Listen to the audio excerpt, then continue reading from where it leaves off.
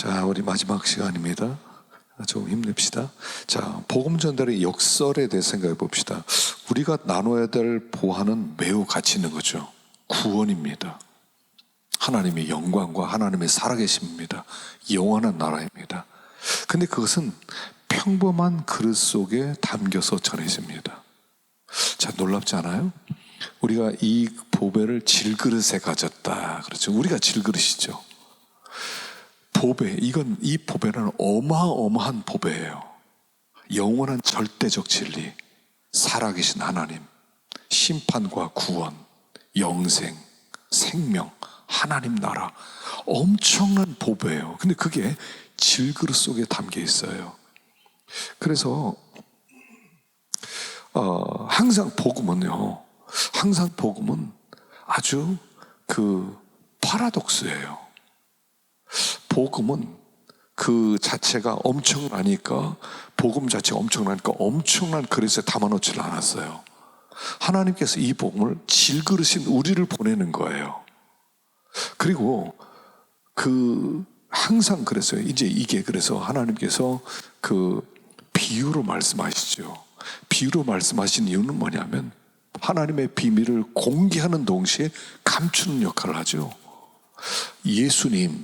예수님이 하나님의 구세주, 하나님의 아들이에요. 구세주예요. 근데 그분이 이 땅에 오실 때 어떻게 와요?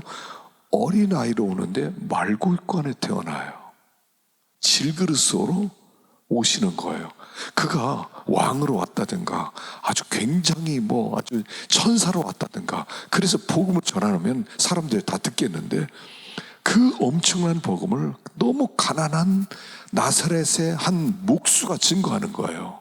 그러니까 사람들이 저게 선한 게 있겠어 라고 믿지 않는데, 그게 바로 역설이라는 거죠.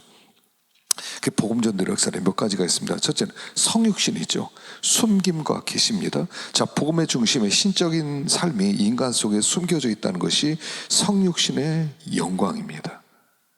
헬라인들은 사람이 신이 될 수 있다고 상상할 수 있었습니다. 그러나 하나님이 인간이 될 수 있다고는 생각조차 못했어요. 예수님은 이 땅에 오셨는데 하나님의 아들이 인간으로 오신 거예요. 그러니까 가난한 자들에게는 복음이에요. 하나님이 인간이 되어서 오셨다. 그러나 있는 자, 강한 자, 부유한 자는 무슨 저게 메시아야 라고 거절합니다. 그래서 그 성육신 자체가 뭐냐면 복음 전달의 역설을 얘기하는 거예요. 복음 전달의 역설이 있어요. 예수님이 사람의 몸을, 하나님이 사람의 몸 입고 왔다는 것 자체가 역설이죠. 가장 귀한 분이 가장 비천한 모습으로 온 거예요. 그러니까 이게 수수께끼처럼 어떤 사람에게는 비밀이고 어떤 사람에게는 공개되는 거고요. 똑같은 진리가 어떤 사람에게는 와, 구세주 맞습니다 고백하고, 어떤 사람은 저게 무슨 구세주야 하고 극과 극을 하는, 어떤 사람에게는 열리고 어떤 사람에게 숨겨지는 이게 복음의 역설이죠. 그래서 예수님이 이 땅에 성육신으로 왔다는 사실을 보배가 질그릇에 담긴 것입니다.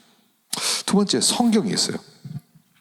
성경은 한 나라의 일상적 언어로 우리에게 전달되죠. 성경 많은 시간에 걸쳐 쓰여졌고 인간의 다양한 문학적 복합체로서 인간 기록의 모든 것을 품고 있다는 것입니다.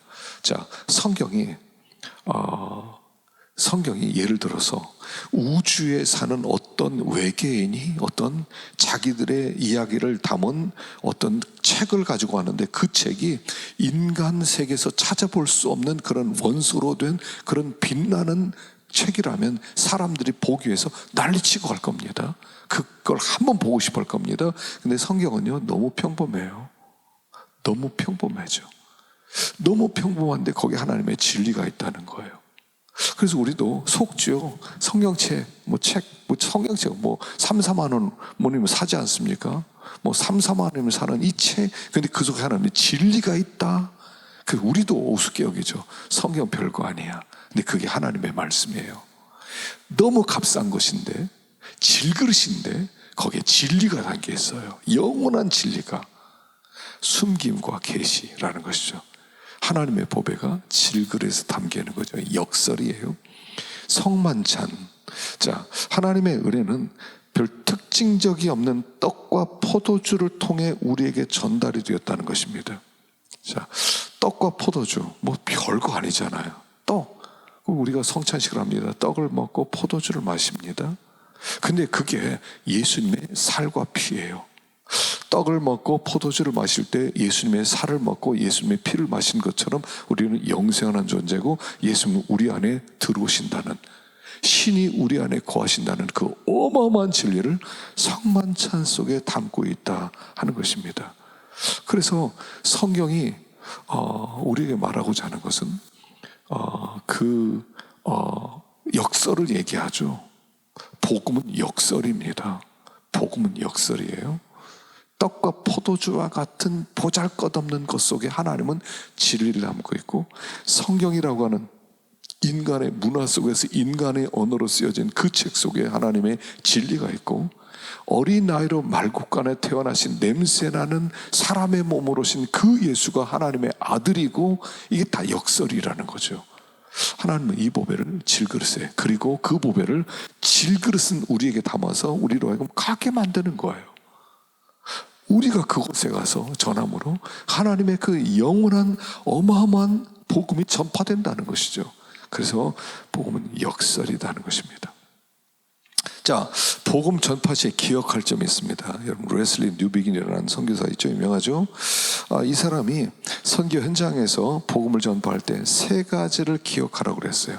자, 첫째, 선교는 수용자 문화의 언어로 이루어져야 된다는 것입니다. 내가 외국어를 하고 누가 통역을 해준다, 그러면 이미 그 생동감이 반으로 줄어들죠. 저건 우리 종교가 아니다, 남의 종교다, 이렇게 생각이 듭니다. 그래서 반드시 수용자의 언어로, 수용자 문화의 언어로. 그러니까 선교사들은 들어가면 언어 배우는 게 가장 기본이죠. 언어에 대해서 한번 또 생각을 했습니다만, 두 번째, 복음 전파는 반드시 철저한 메타노이아, 마음의 반전을 위한 자기 부정과 함께 변화되는 것을, 개종을 요구하는 거예요. 자기 부정과 함께 오는 개종이에요. 그러니까 이 복음 전파라고 하는 것이 마음의 변화를 일으켜야 돼요. 껍데기의 변화가 아니라, 우리가 신앙생활을 하면서 처음엔 기독교를 종교로 받아들이죠. 많은 사람이요, 예수를 믿을 때 종교로 받아들여요. 어떤 의식에 참여하고, 어떻게 지식적으로 배우고, 하나님이 어떤 분인지 알고, 뭐 그런 정도라고 생각해요. 그러나 정말로 회심이란 뭐냐면 마음의 변화죠. 마음의 변화. 그래서 마음의 변화가 있을 때는 반드시 자기 부정을 요구하는 거예요. 기독교의 자기 부정이라고 하는 거죠. 하나님을 상대하는 나.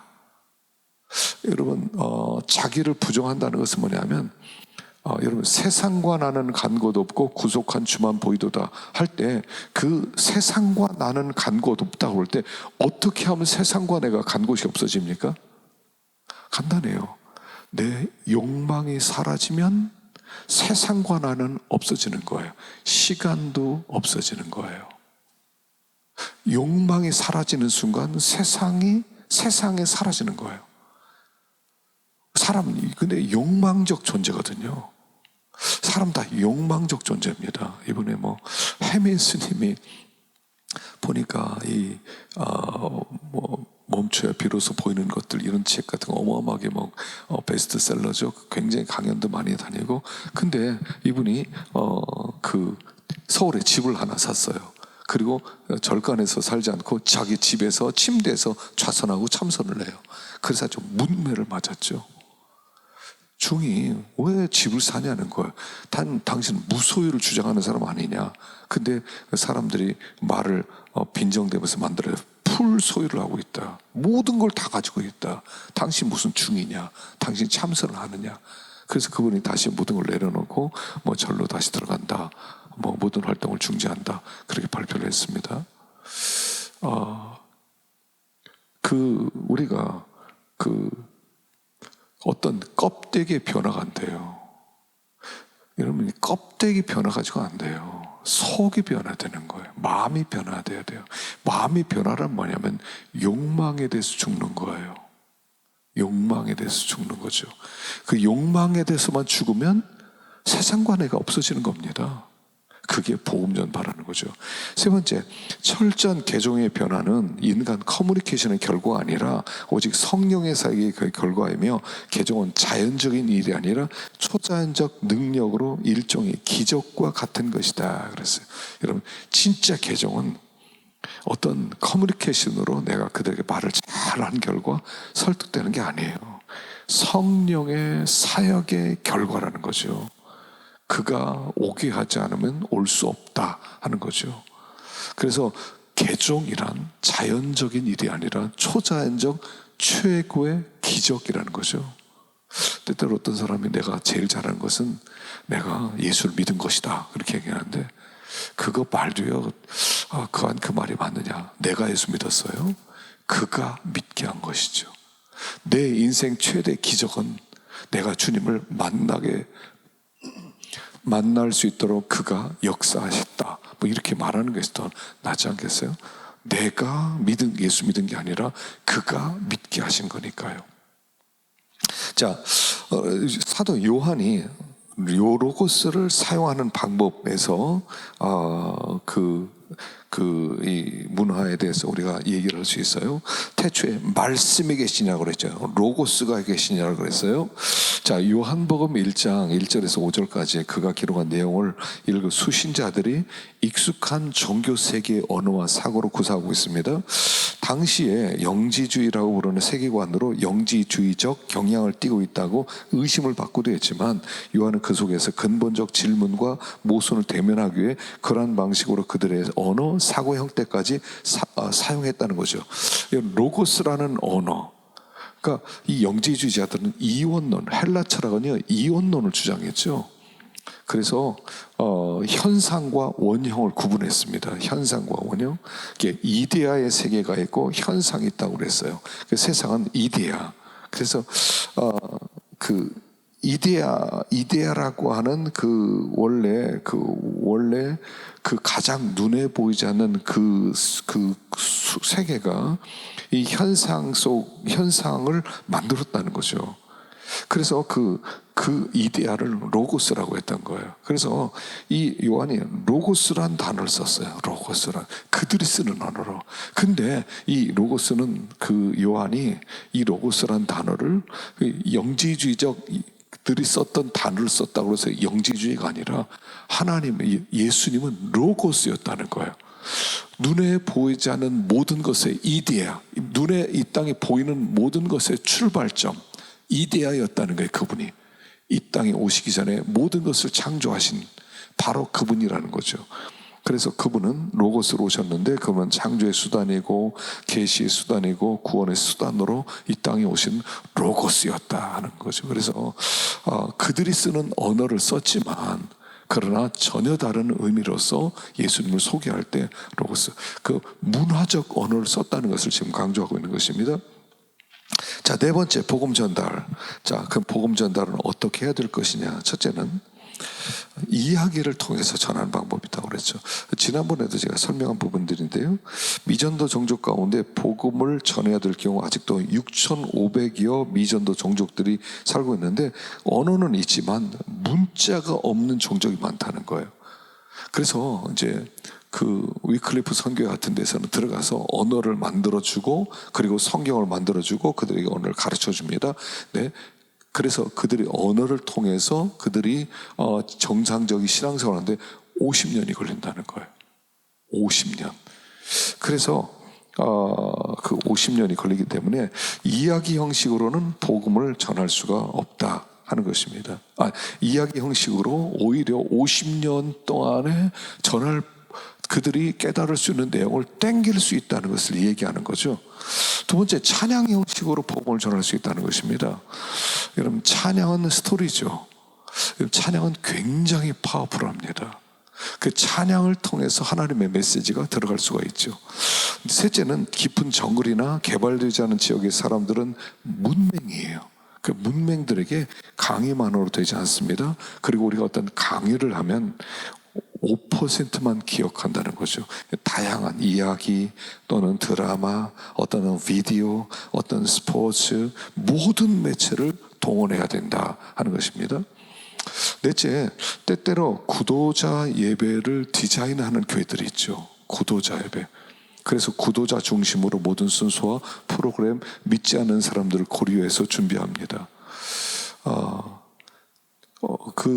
대전에도요, 그 함께하는 교회라고 있습니다. 이 함께하는 교회에서는 예배 시작을 드라마로 시작하는 때가 많아요. 영화로 시작할 때도 많고요. 그래서 어떤 일주일에, 한 달에 한 번 정도씩은 영화 예배가 있어요. 그 영화를 틀어주고, 그리고 영화 이야기로 하나님의 메시지를 증거하기도 합니다. 우리 개혁교회가 가장 싫어하는 방법이죠. 근데 그렇게 해서라도 복음을 듣게 해야 된다 하는 것입니다.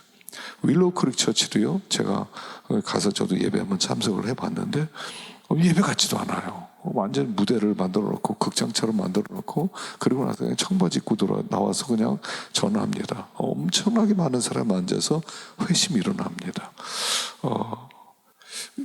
무조건 우리가 틀렸다, 안 된다, 뭐 이래서 안 된다, 저래서 안 된다 이러지 말고, 우리는 이 시대는 수단 방법을 가리지 않고 복음을 증거해야 되는 때다 하는 것입니다.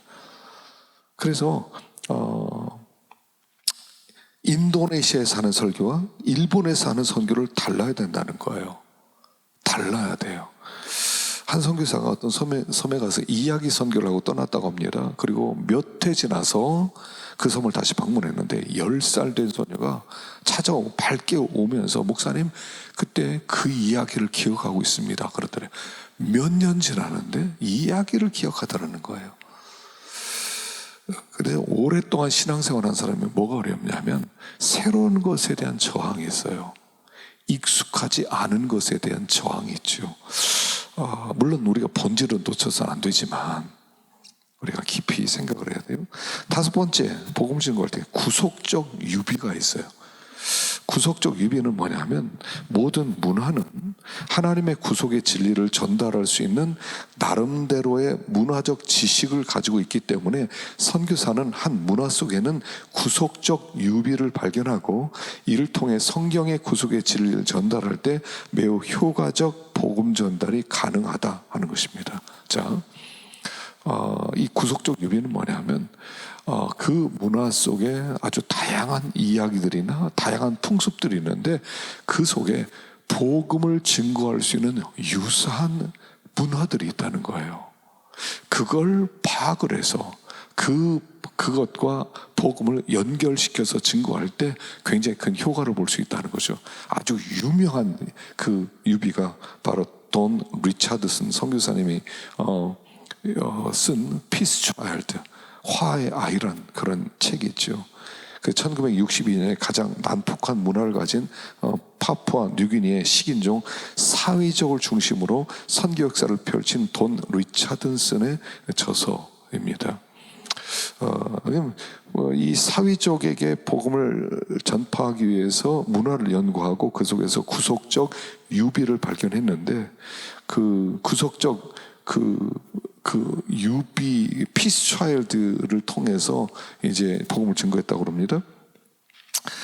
이 사회적 사람들 아주 호전적이고요, 아주 능숙한 배반의 기술을 가지고 있는 그런 그 부족이었답니다. 살인을 즐기는 그런 족속으로, 그 죽여야 될 사람은 어떻게 죽이냐면 처음엔 거짓 우정을 가지고 있대요. 거짓으로 가까이 하고, 그리고 아주 친하게 하고, 그렇게 하다 결정적 순간에 배반해서 상대방이 처참한 공포와 절망을 즐기는, 그러면서 죽이는 그런 사위적이었다고 합니다. 이 사람들은 얼마나 배반을 잘했느냐를 그들은 칭찬하는 그런 부족이었다는 거예요. 그리고 그들이 인육을 먹으면 눈이 열려져서 선과학에 대한 그 세계를 볼 수 있다고 생각했다고 합니다. 근데 그들의 문화를 연구하는데 화의 아이 문화가 있더랍니다. 대립된 부족 간의 갈등과 복수를 종결시키기 위해서 부족 간의 아이를 교환함으로써 평화의 근거를 삼았다고 그러죠. 화의 아이가 없이는 평화를 이룰 수 없게 누군가 부모의 정을 억누르고 자기 자녀를 희생시키지 않으면 안 되는 그런 문화였다는 거죠. 그래서 나중에 거기에서 이제 화의 아이를 위해서 가이오라고 하는 사람이 자기 하나뿐인 아들 비아카돈을 내어주는데, 그때 그 자식을 그 다른 부족에 내어서 그 부족에서 살아야 되는 그런 그 상황 속에서 마음이 아프게 울면서 보내고, 또 거기에서 마하넨의 아이 마니를 대신해서 얻어서 새로운 아이들이 생기고, 거기에서 바로 예수 그리스도 구속적 유비로 예수 그리스도께 하나님께서 우리와 화해하기 위해서 예수님을 보내주셨다. 그가 피스 차일드다. 그래서 복음의 증거가 되는 어떤 계기가 되었다 하는 것이죠. 그래서 구속적 유비를 찾아내는 것도 참 중요하다 하는 것입니다. 자, 그런데 방법론과 신학은 구분해야 된다는 겁니다. 방법론과 신학. 자, 방법론은 거룩하지 않습니다. 신학은 성경에 기록된 말씀이고 동일합니다. 신학은 거룩합니다. 그러나 방법론은 얼마든지 유용성을 가져서 말씀을 듣는 사람이 이해할 수 있도록 전해져야 된다 하는 겁니다. 그래서 그 말씀을 듣는 사람들의 수준에 맞춰서 방법론을 채택하는데, 방법론 자체가 거룩한 것은 아니지만 그 좋은 방법론을 통해서 복음이 증거될 때, 그때 이 방법론은 유용해진다 하는 거죠. 자, 예술은 아주 좋은 방법이라는 겁니다. 사람들은 자기가 좋아하는 것을 중심으로 추구하게 되고요, 싫어하는 것은 아주 싫어한다는 것이죠. 그리고 두 번째, 대부분의 형식은 뭐냐면 중립적이라는 겁니다. 중립적이에요. 어떤 형식 자체가 악한 것은 아닙니다. 이것은 세속적이다. 우리는 너무 나누잖아요. 우리 개혁주의 하는 사람 잘못하면 선과 악을, 성과 속을 너무 나눕니다. 이건 성, 이건 속. 나누어 버리죠. 세속적인 것, 이건 거룩한 것. 나누지 말라는 거예요. 중립적인 거죠. 어린이들을 위해서는 어떤 다양한 예술적 형태를 사용하죠. 어린이들을 위해서는 막 그 인형극을 하기도 하고, 뭐 인형의 옷을 입기도 하고 그렇게 하는데, 청소년이 되고 어른이 되면 전혀 그런 걸 사용하잖아요. 유치하다고. 말씀만 설교만 해야 된다고 생각한다는 거죠. 뭔가 잘못되지 않았냐는 거죠. 그래서 도리어 사탄은요, 이런 매체들을 사탄은 이용을 한다는 거예요. 사탄은 음악을 이용하고요, 사탄은 드라마를 이용하고요. 근데 우리는 드라마를 이용하지 못하고 예술을 이용하지 못한다는 것입니다. 그런데 물론 문화가 죄를 합리화할 수는 없습니다. 그러나 대부분의 문화는 중립적이라는 거죠. 자동차 그러면 이건 하나님의 영광을 위해 사용될 수 있고 사탄의 도구로 사용될 수 있다는 것이죠. 그래서 켈빈도요, 음악에 대해서 가사가 더 중요하다고 주장을 했죠. 자, 7번째, 문화는 기구와 같습니다. 기구는 하나님을 위해 사용될 수도 있고 사탄을 위해 사용될 수도 있습니다. 자동차 그럴 때 이건 기독교인의 자동차, 피아노는 기독교인의 피아노, 기타는 안 믿는 사람의 기타, 이렇게 말하지는 않습니다. 중립적이죠. 그래서 그 중립적인 그 문화의 도구들을 잘 이용해야만 하나님의 복음을 증거할 수가 있죠. 미국 사람은 양복을 가진 사람이 25%밖에 없답니다. 그때 양복 입을 일이 별로 없다는 거예요. 그러면 그들에게 복음을 증거하면 교회 올 때는 양복 사서 입고 오세요 해야 됩니까? 지금도 우리나라는 아직 좀 체면 문화가 좀 있고요, 좀 아직도 좀 예의 문화가 있기 때문에 남자들은 양복 한 벌 정도는 다 있지만 앞으로 양복이 없는 시대도 있을 겁니다. 그러면 그들에게 복음을 어떻게 증거해야 됩니까? 양복 입고 교회에 나오는 게 하나님께 예의를 차리는 건가요? 이런 것들을 우리가 좀 생각했으면 좋겠고요.